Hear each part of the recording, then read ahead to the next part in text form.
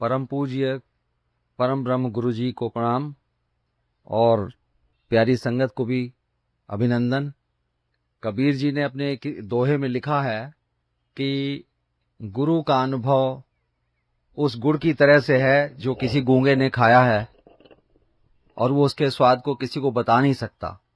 तो गुरु जी की महिमा और उनके साथ हुए अनुभव आप लोगों ने सब सुने हैं, लेकिन वो दैट इज एक आइसबर्ग की टिप की तरह से है, क्योंकि कोई भी व्यक्ति उसको पूरी तरह से शब्दों में बयान नहीं कर सकता। हम और आप रोज उनकी कृपा को महसूस करते रहते हैं, लेकिन शायद बताने के लिए हमारे पास सिर्फ वो कांटे याद रहते हैं जो बहुत ज्यादा चुभते हैं, और जब गुरुजी उनको निकालते हैं तो हम एक दो दृष्टांत इस तरीके के आपको बता सकते हैं। पर मैं आपके साथ में अपना एक ये अनुभव या विचार कहिए शेयर करना चाहता हूं कि हम सब इतने भाग्यशाली हैं जो उनकी कृपा से यहां पर इकट्ठे हुए हैं, क्योंकि जब से इस जन्म में मैंने गुरुजी के पास आना शुरू किया है तब से मैं हर एक व्यक्ति के अनुभवों में एक बात जरूर सुनता हूं और इसको समझता भी हूं कि यहां पर आप उन्हीं के बुलावे पर आते हैं। जब किसी न किसी वजह से वो आपको याद करते हैं, आपको यहां आने की आज्ञा देते हैं, तभी हम यहां पहुंच पाते हैं। और उन पर उनके आपके ऊपर कृपा करने के लिए वो कभी आपके पिता की तरह से होते हैं, आपके किसी पुण्य कर्म के लिए या आपके प्रारब्ध के हिसाब से आपको रिवॉर्ड करना चाहते हैं, या आपको माँ के रूप में बुलाते हैं। आपको कोई कष्ट है और उसको दूर करना है, इसलिए वो माँ की तरह से आपकी केयर करना चाहते हैं। उसके बहुत सारे अनुभव आपने सुने। इसी तरह से मैं आपको बताता हूं कि अचानक मेरा भी इसी तरीके से मिलना हुआ। कमांडर अंकल मेरे बहुत पुराने मित्र हैं, कम से कम हम लोग 35-40 साल से एक दूसरे को जानते हैं, एक दूसरे के साथ पढ़े हैं।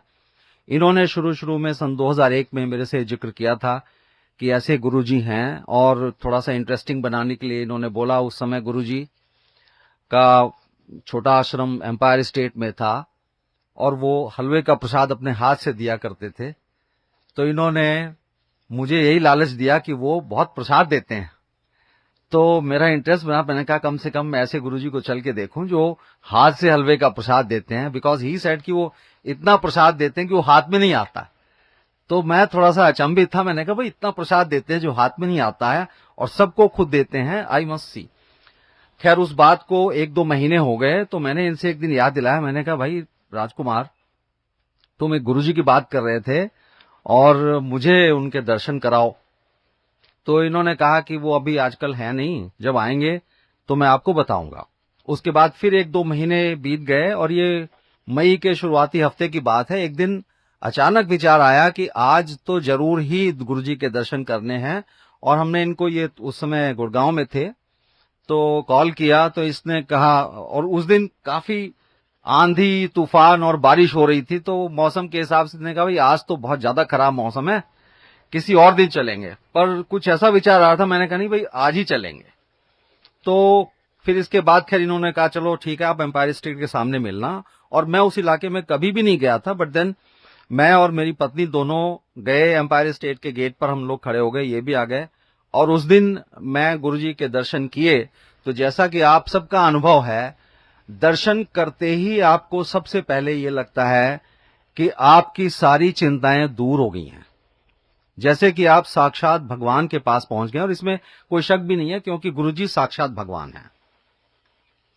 उसके बाद में मैंने आना शुरू किया, और ऐसा नहीं था, हम सब इंसान हैं, हमारी सबकी रोज की समस्याएं होती हैं और कई लोगों की बहुत ज्यादा समस्याएं भी होती हैं। उस समय मेरी भी कुछ ऐसी मानसिक दशा चल रही थी, काफी ज्यादा समस्या थी, पर मैंने कभी गुरुजी को उस समस्या के बारे में बोला नहीं। लेकिन उसके बाद आप मेरा विश्वास मानिए, सिर्फ एक ही चीज आती थी मेरे दिमाग में कि ये परेशानी मेरे दिमाग को परेशान ना करे। और एक एक दिन में इस तरीके से उस परेशानी का अंत हो रहा था कि मुझे कभी नहीं लगा कि मुझे वो कोई दिक्कत थी। उसके बाद में आते आते मेरा ख्याल 1 या 2 महीने बाद में सडनली एक मुझे माइनर सा स्ट्रोक हुआ, जिसकी वजह से एक बेल्स पैल्सी बीमारी होती है, and my mouth was distorted slightly. तो मुझे बड़ी शर्म भी आती थी और ये भी मन करता था कि गुरुजी के यहाँ जाएं, पर लगता था कि संगत में ऐसे बैठेंगे और वहां चाय प्रसाद मिलता है, कई बार चाय भी निकल सकती है उसकी वजह से, तो कैसे करें। पर फिर मैं आपको ये बताना चाहता हूं कि उनका अंतर्यामी होने का क्या आयाम है, तो वो आपकी सोच को उसी तरीके से बदल देते हैं। तो मेरे दिमाग में आया कि मैं इतना संकोच कर रहा हूं वहां जाने से कि संगत को कैसा लगेगा, मुझे कैसा लगेगा, पर अगर ठीक कर सकते हैं तो वही ठीक कर सकते हैं। तो मैं इनके एक मित्र थे डॉक्टर प्रकाश होम्योपैथ, उनके पास भी मिला। एलोपैथिक डॉक्टर्स में भी आई मेट न्यूरोसर्जन्स ऑल्सो, न्यूरोफिजिशियंस, सबने बताया कि भाई ये ठीक हो जाएगी, ऐसी कोई प्रॉब्लम नहीं है, लेकिन आपको कम से कम 6 से 8 वीक लगेंगे। और ये पहले ही वीक की बात है। तो मैं हिम्मत करके, मुझे अंदर से हुआ कि नहीं मुझे चलना चाहिए, और मैं तैयार था कि ठीक है 6 से 8 वीक लगेंगे, चलो इलाज अपनी जगह चलेगा। पर पहले दिन बिना किसी इलाज के मैं वहां जाकर के बैठा, मुझे चाय प्रसाद आया। अब मुझे नहीं पता कि वहां मेरा चेहरा कैसा लग रहा था, कैसा नहीं लग रहा था, बट नोबडी कमेंटेड। और प्रसाद आया, मैंने प्रसाद आराम से पिया। मुझे थोड़ा सा अंदर से ताज्जुब भी हो रहा था, शीशा में देख नहीं सकता था वहां कि क्या हुआ है क्या नहीं हुआ है, पर प्रसाद आराम से मैंने पिया। और जब घर आके मैंने देखा तो वो दैट होल डिफॉर्मिटी वो पूरी तरह से ठीक हो गई थी। कोई भी मतलब ऐसा मुझे परेशानी हुई नहीं और कोई दवा नहीं लेनी पड़ी, आराम से वो डिफॉर्मिटी उसी दिन एक दो दिन में खत्म हो गई। इसी तरह से एक बार ऐसा वाकया हुआ कि मेरा ट्रांसफर हो गया गुजरात में। गुरुजी को सूचना के तौर पे बताने गया, गुरुजी मेरा ट्रांसफर गुजरात हो गया, और मैं बहुत परेशान था क्योंकि उस समय दिल्ली से मेरा कम से कम 8-10 साल से मैं बाहर नहीं गया था। तो आई थोड़ा हेजिटेंट थे कि पता नहीं गुजरात में किस तरह का, गुजराती लोग बोलते हैं, किस तरह का एटमॉस्फेयर होगा, क्या होगा। तो गुरुजी ने कहा ठीक है, चंगा है, जा ऐश कर। तो उसके बाद फिर दूसरा तो कोई क्वेश्चन था नहीं, मुझे फिर जाना ही था। मैं गया और वहां मैं 2-2.5 साल रहा, बड़े आराम से, बड़े सम्मान के साथ में। और वहां 2 साल का टेन्योर था, तो जब लगभग 2.5 साल हो गए तो मेरे मन में आया कि मुझे गुरुजी से कहना चाहिए कि आप जो है मुझे आप वापस दिल्ली बुला लो।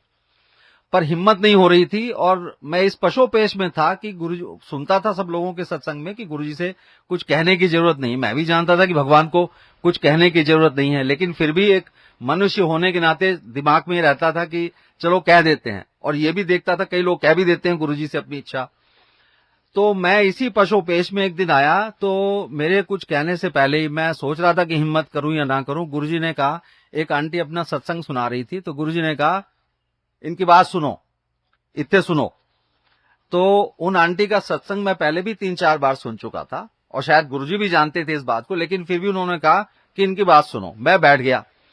सत्संग सुनाने के बाद में उन आंटी ने 3-4 बार ये बात कही, एक तरह से मेरी तरफ को होकर के ही, कि गुरुजी को कुछ कहने की जरूरत नहीं है। तो मुझे जैसे एक सहारा मिल गया। मैं तो पहले ही जरा हेजिटेंट था, मुझे सहारा मिल गया कि भाई तुम्हें कहने की जरूरत नहीं। मैं चुपचाप बैठ गया। उसके नेक्स्ट टाइम जब मैं आया तो हम गुरुजी का प्रणाम करके बैठे, तो मेरी वाइफ मेरे पीछे पीछे थी। तो गुरुजी ने कहा कि कहां से आए हो, और तब मुझे आते हुए कम से कम 5-6 साल हो गए थे, तो उनको पता था कि ये कहां से आते हैं। पर फिर भी उन्होंने पूछा कहां से आते हो। तो मेरी वाइफ ने कहा कि गुरुजी वसंत कुंज से आते हैं, लेकिन ये गुजरात में है। अच्छा फिर क्या हुआ? तो उन्होंने कहा नहीं 2 साल से भी ज्यादा हो गए। तो उन्होंने कहा फिर तो इत्थे आ जा। और ये 7 जनवरी 2007 की बात है।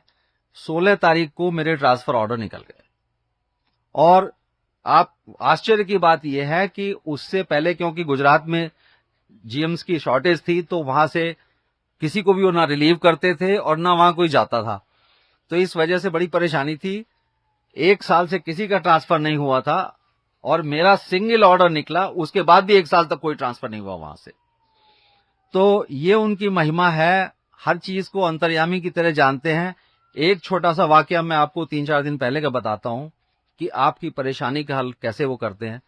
मेरे पिताजी मेरे पास आए हुए हैं देहरादून से आजकल, और उनकी लास्ट सैटरडे काफी हालत खराब थी।